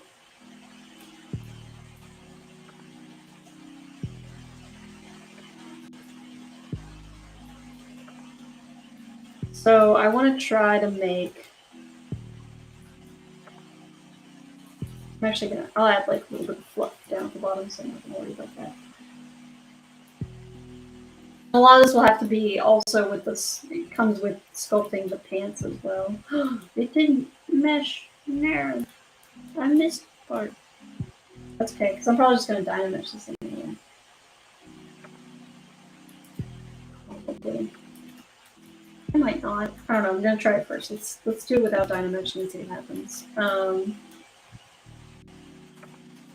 So I'm gonna try to use that snake hook brush. Okay. What is the story behind this character? So the story behind this character, at least what we kind of came up with, is that he's a bard. So that was so he's based off of D&D character class you can choose. So we did D&D characters before. I think you watched the dwarf one. Oh yeah, that's what they Topology for that. So the idea that started was that he's a bard, and then I thought it would be fun to do an orc, because an orc is usually not. I wouldn't usually say it's usually a very bard type character, right? And I wasn't looking at like stat books or something like that. It might be impractical as a D&D player to actually pick this, but the idea was picking something kind of fun and contrasting to itself. So that's where the idea initiated. And so then I thought it would be fun as I started sculpting, I was like, oh, I want him to, the idea initially was I want him to feel like a gentle giant. So I was thinking about Beauty and the Beast. I was thinking about Ferdinand the Bull type vibe, where everyone wants him to be a fighter and like a warrior, but in reality he just wants to sit and like play the lute. And so I'm actually gonna mirror low because I'm lazy.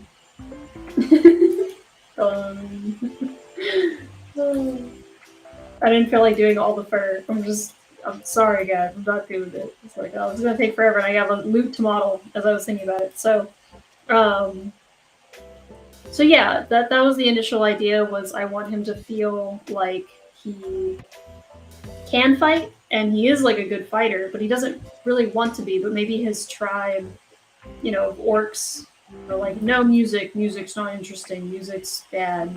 And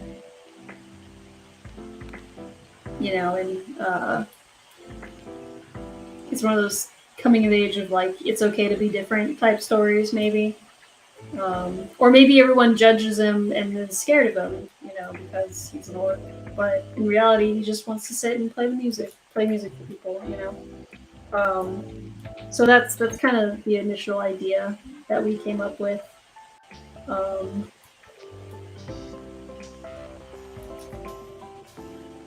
we go. Now he's got some pants.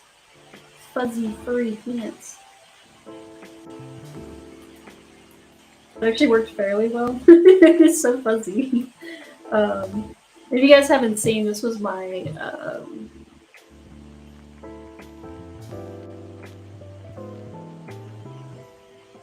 reference. You see, I was trying to do some little furry seam lines. And there's some studding on there. I don't think I want to add that. I think it's fine as is, but yeah.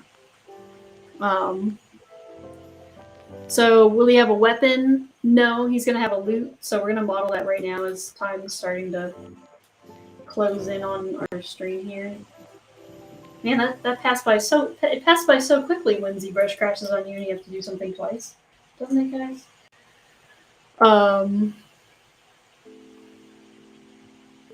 And then Interest said, "Oh, I meant to ask what is D&D, a video game? No, it is called Dungeons and Dragons, and it is a tabletop game, and it's super fun. So it's a role playing game. The reference reminds you of Assassin's Creed. Yeah, like Valhalla version. All right, let's model a loot. I'm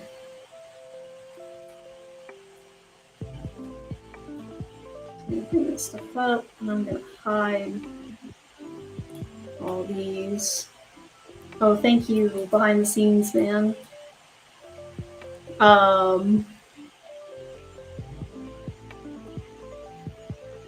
Tristan's also asking, do I know how or where I can make curly hair in ZBrush using Fire Mesh or Curve Mode? I like to just sculpt hair, so, you know, for stylized characters, I just sculpt hair like this, where they're just individual little shapes. You can go back and watch how I did that. I think there's plenty of other videos, too. I'm trying to think of other characters that I did that hair for. But you can sculpt hair. Blender actually just came out with a really good hair tool in their latest version, so that also might be worth checking out. So yeah. All right. It's looting time.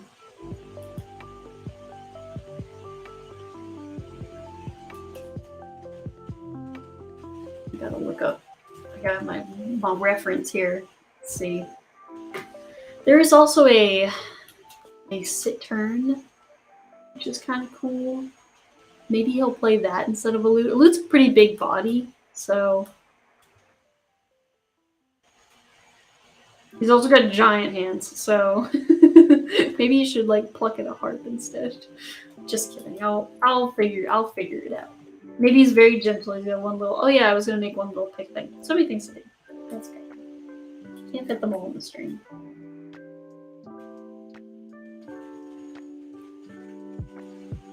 For curly hair, yeah, you can use like a helix shape, but a lot of it's just going to be a curved mesh that you're going to draw in like a loop. But that's where I wouldn't recommend ZBrush. I would actually recommend something that's closer to like what Blender does, because Blender has automated stuff for that. So that's actually pretty nice.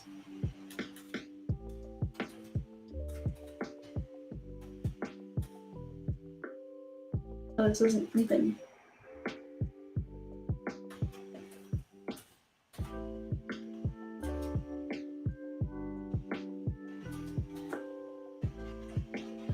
A D&D looks like a customized chess game. Kind of. I mean, I've printed my own little D&D figures, so you don't have to play with them, but you can if you want to. This is a character I also did a stream on, so if you want to check out the druid character, I ended up printing a little mini of her and printing her, so that's my character that I play. But yeah, you play on a tabletop, and there's a grid system for when you fight and do battles and stuff. But yeah, it's super fun.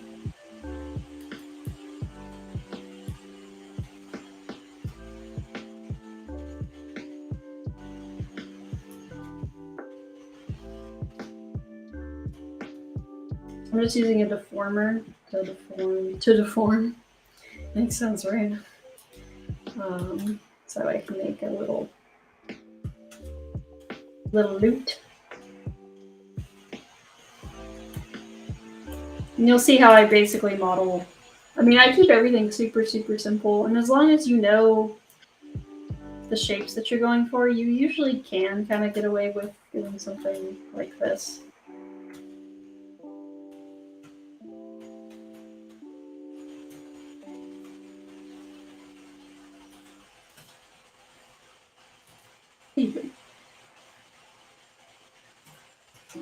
Oh, oops. I didn't delete it, that's why.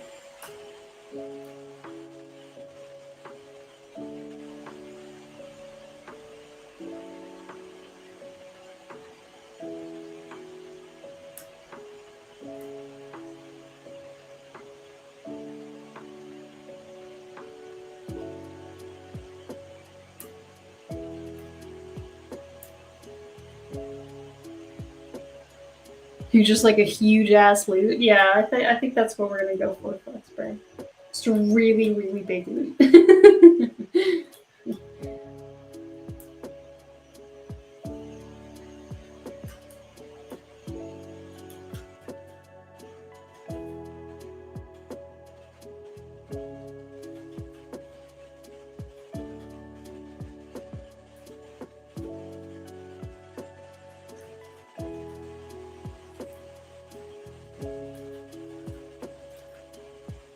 I think just start nice and simple. Just get your shapes blocked in there.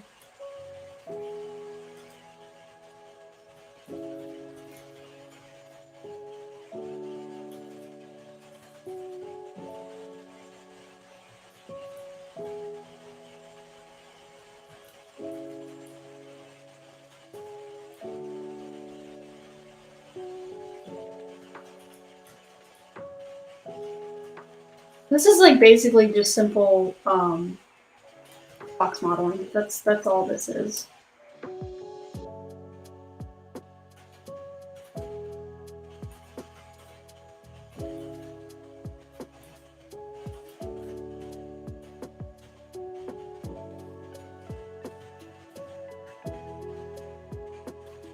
Modeler is an interesting tool. Yeah, it's a super useful tool. I like it a lot. I might just end up poking holes in it using Boolean, because I don't think I've really used that before on the stream. It's a really, really handy tool.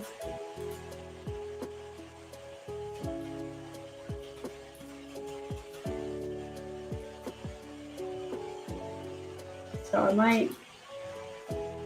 Nah, that doesn't work very well. Let's just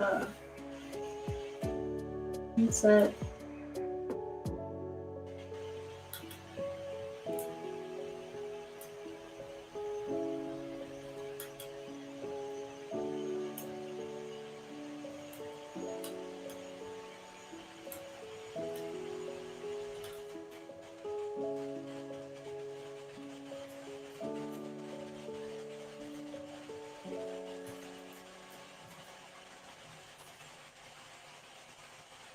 I want to do a thing and then I'm, blinking on. I need to get this thing to go first. Maybe I stitched the wrong stuff.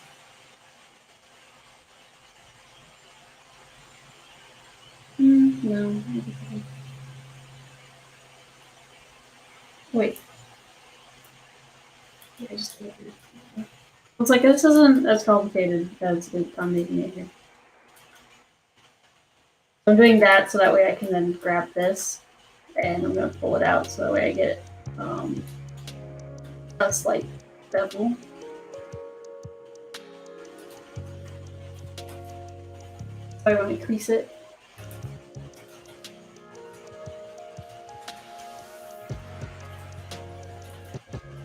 This is pulling really hard, right? So to stop that is once you get the shape, that's when you can insert more edge loops into there.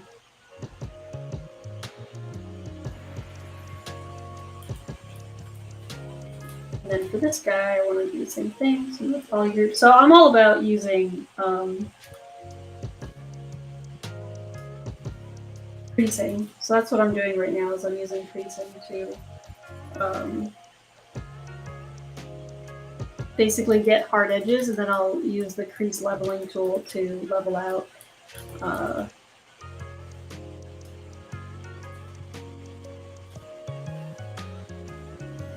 how much it's smoothing.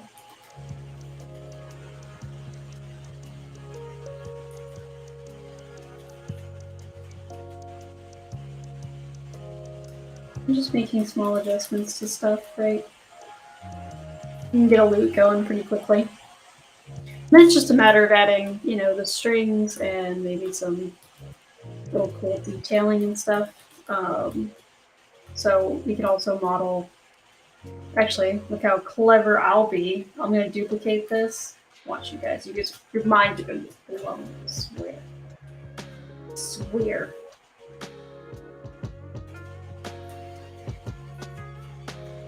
So I'm going to close.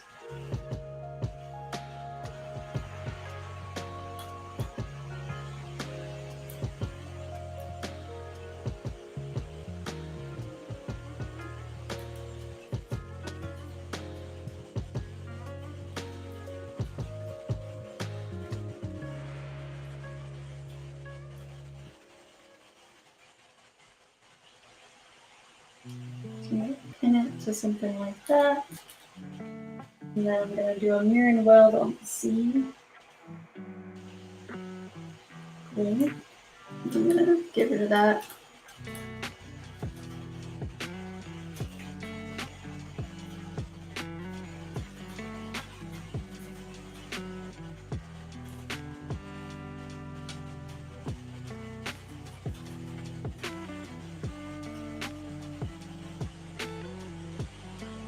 And now I basically have the little thingies that we can stick into it. You guys know what I'm talking about, right? The tuners. Little tuners.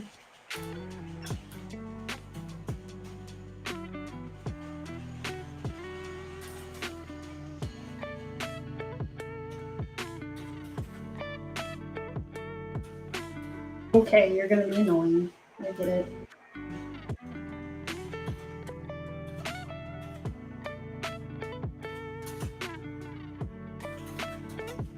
Okay, now we can just create insert mesh, say new. Now we have that. And we can go up here.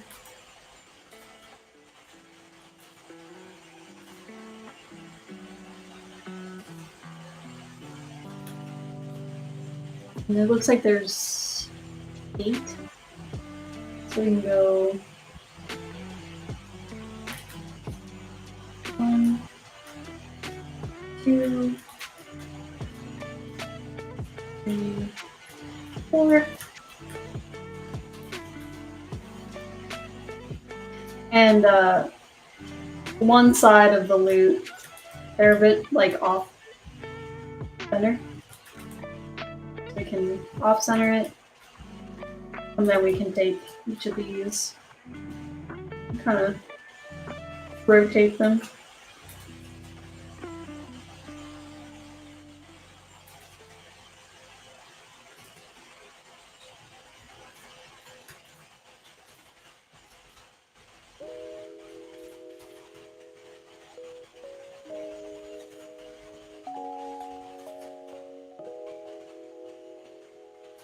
And if I need more space up here, which I do, I'll just connect this and whoops, we're part of the mesh right now, so don't do that.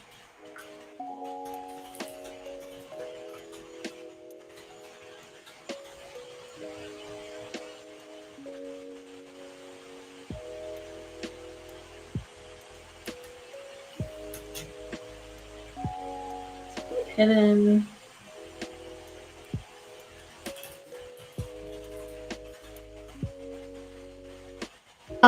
Okay. ZModeler's an interesting tool. ZModeler stitch. What was that? The ZModeler stitching. I'm just bridging. If that's what you're asking, it's you go under edge and you do edge bridge.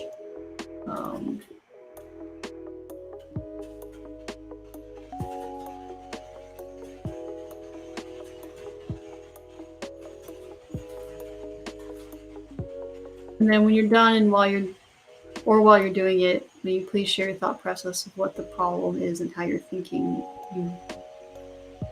what I need to solve. I'm trying to as I model it, but I mean with the pick, like I knew I needed to make, little tuners, and it's one of those things where I looked at the shape of the lute and was like, hey, that looks close enough to what I need. And then I can utilize what I already did, right, to make that lute happen. Same with where I know I already have like this little peg, right? So I already modeled this. This is basically as good as it gets for now making the little pegs of the guitar, right? Where the string will wrap around.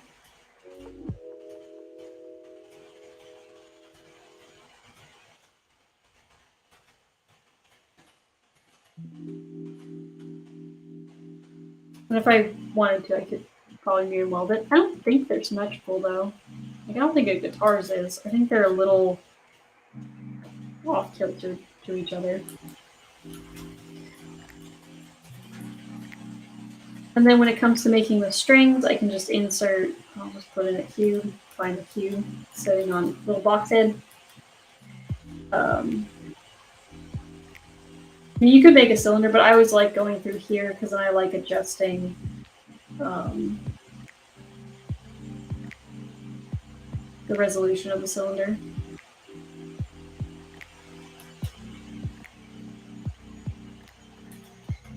Something like that. And I'll just make it really thin.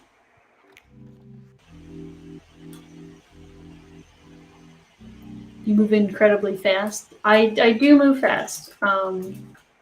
Reason being is because I've been doing this a long time. But as you start to do it for a long time, you'll get fast at it too, I promise.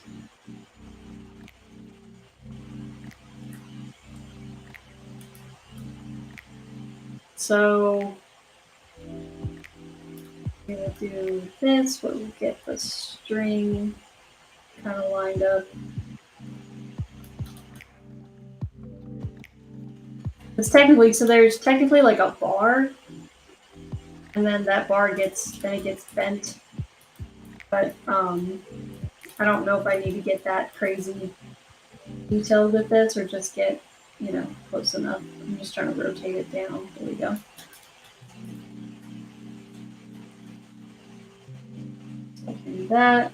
Then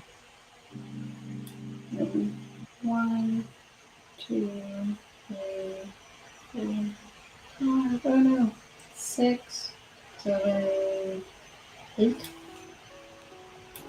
If I was smarter, which I am, I should just use array mesh. So I can open array mesh and I can say I want 8. And then I can offset on the, I think it's X. Nope. Y? Nope. It's Z. No, it was X. So I can say 8. I can offset it to where it matches. And I can make the string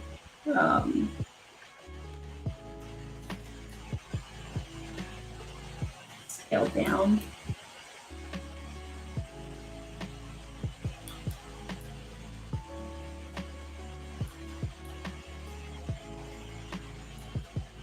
It says it's like I have a thought and then immediately take action. Well, it's one of those things where you get used to thinking through, you know, what is it that you're trying to achieve? And I'm constantly thinking that, like it's constant thinking, what are my goals? What am I trying to do? I put stupid things in here tonight. I did. I could replace it really quickly. I'm not going to. My thought process is I need to spread them out because it starts small and then they kind of spread like just a little bit, so that way they all fit. But it's fine. I can do that later.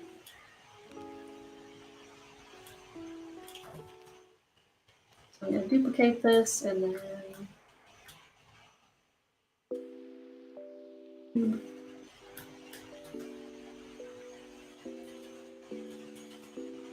And then there'll basically be like a little bar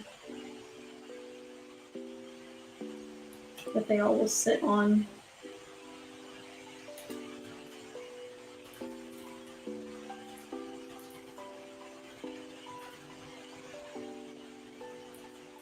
I think in reality I'd like to damage his lute up quite a bit. So that way it feels like he has it for like a long time. And that it's so precious to him regardless of, you know, how many holes are in it.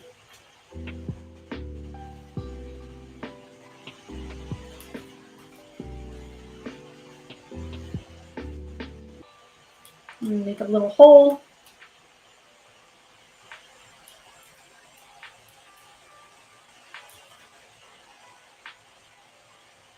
I'm just using booleans to punch a hole in there.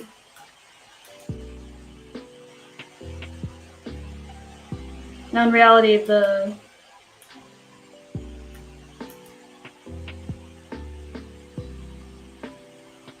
They have like multiple little holes.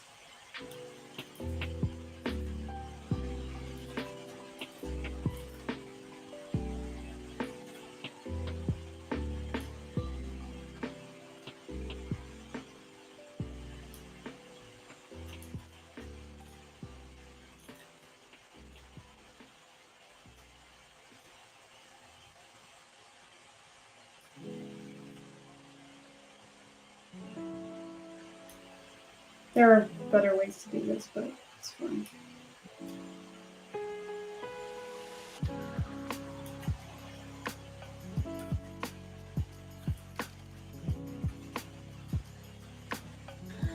And there you go, little loop. So we're coming up on time, so I'll have to finish this after the fact, and then so I'm gonna refine the rest of him, and yeah, that loop's gonna be huge. And then from there we can go into posing next week. So, and I'm gonna try to use the, you know, we'll clean up anything that needs to get fixed or cleaned up and whatnot. But we'll go ahead and pose it for next week. And to answer that last question of yours, Tristan, is yes, I'll usually use, you know, the Damien standard, the H polish, or, you know, you can use, you know, like the trim dynamic would cut some cool curves into it. The mallet brush is cool too, so I like all that stuff. But yeah, so go ahead and join in next week, and we're gonna pose this guy and finalize it. And then if we like it enough, maybe I'll use this guy as a demo to do some printing or something for you guys. It'd be fun. It'd be fun to see the detail come out, since he's got so many little things, so we can see how that prints. I'll show you how well actually the fur would print. The fur would look pretty cool as is. So yeah, again, I'm Ashley, so thank you guys so much for joining in. If you guys liked it, tune in next time, same time, Wednesdays, 7 to 9. Be right here on Archetype, sponsored by Dell. So I appreciate you guys for hanging out with me, and you guys have a inspirational and fun, creative-filled Wednesday night. And I will catch you guys later. Ciao, dog.